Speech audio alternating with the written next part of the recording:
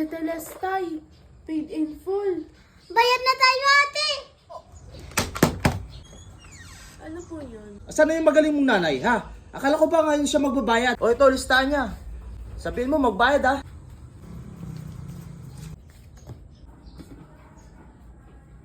Paano natin mababayaran yan? Sana may dumating at magsabi na huwag ka nang mag-alala.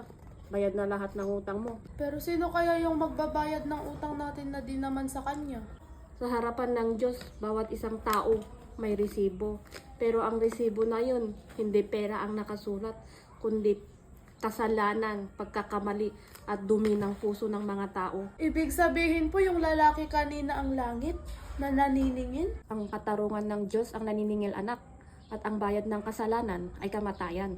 Ito'y utang na hindi natin kayang bayaran kahit magpakabait pa tayo habang buhay. Alam mo ba anak, dahil sa sobrang mahal tayo ni Jesus, siya na ang lumapit at nagbayad sa ating utang sa pamamagitan ng pagpako sa kanya sa krus. At bawat patak ng kanyang dugo, yun ang pinambayad niya sa utang natin. Ayan anak, bago nalagutan ng hininga si Jesus, sumigaw siya, Tetelestai, sa Griego, paid in full. Kaya anak, huwag ka nang matakot dahil binayaran na lahat ni Jesus ang ating mga kasalanan. Ma, ibig sabihin nun, hindi na tayo hahabulin ng kasalanan? Dahil kay Jesus, malaya na tayo. Tetelestay, paid in full. Bayad na tayo, ate!